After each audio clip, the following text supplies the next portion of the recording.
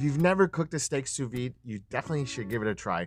It always yields a nice, moist, tender steak. And the beautiful part about sous vide is you can never over or undercook your steak. It's perfect every time. Welcome to Cooking with Chef Tuan, and today we are back with another budget steak cooking video. Unlike the last one, I took a ribeye and I just vacuum sealed it with some thyme and rosemary. I didn't salt this for 12 hours. I didn't dry age this for 48 hours. This is just straight out of the package, vacuum sealed with herbs. And then I'm going to be using my OG trusty workhorse immersion circulator to sous vide this for about 3.5–4 hours at 115 degrees Fahrenheit. So we're going to do that and see how this steak goes from a $5 budget steak to hopefully another gourmet steak dinner. Let's get started. To set up your immersion circulator, or sous vide machine as people commonly call it these days, all you have to do is just submerge it into the water, set it up to the temperature that you want, and the timer, here it is at 3.5 hours. Once the water reaches up to the temp that you want, then you can submerge the steak into your water bath. Here I'm using a little clip. That way it prevents my steaks from floating around. Then just let this cook for the next 3.5 hours while you go and prep the rest of the ingredients for your dinner. So here we are about an hour into our cooking process. We have 2.5 hours left to go. Let's see how it's doing. It's looking pretty good. It's looking like the inside of a prime rib. So far so good. Let's get a closer look. So as you can see, our steak is looking really nice right now. So the beautiful thing about sous vide is you will get this color pretty much all throughout the entire steak. So far so good. We'll come back when it's done cooking and then we'll get it prepped for searing in the pan. Now when our steak is almost done, we're gonna melt some butter and then add our aromatics. The same classic aromatics as we did the last steak. Some shallots, garlic, thyme, rosemary, salt, and pepper. Want the butter to brown a little bit. And once the timer on the immersion circulator goes off, it's time to pull the steak. As you can see, it's still the same nice pink color as when we saw it earlier. Now the hardest part of cooking a steak sous vide is done.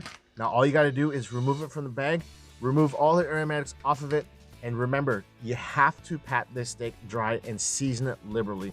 Now this doesn't look like much right now, but when we get our pan ripping hot and ready to go, so we can start to create that beautiful brown crust on the outside. And I myself personally always love searing my steaks on its fat cap first. Now all it's gonna take is about a minute or so on each side since this steak is already cooked through. The next step is to add a knob of butter and our aromatics that we made earlier.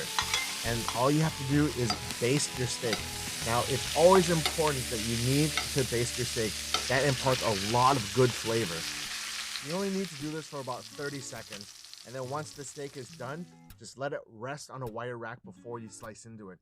You want the juices to reincorporate itself back inside the steak, because like I mentioned in the last video, you don't want to cut a steak before you rest it because it will bleed and your steak will become dry. Now this steak feels really perfect, feels really beautiful, and so let's slice into it and see what we got. Dang, that's a nice looking piece of meat. You would never guess it's a $5 budget steak. All right, so we're just gonna slice this up into little pieces, and I always like to leave a little end piece whole just so you have something to cut into later. I don't know, it's just personal preference. You can plate your steak any way that you want, but I'm gonna do it this way and then serve it with a side of roasted asparagus. And then don't forget about those aromatics that we had, the garlic and the shallots, which are nice golden brown, nutty, and a little bit crispy. Perfect to go with this. And don't forget about the butter from the pan.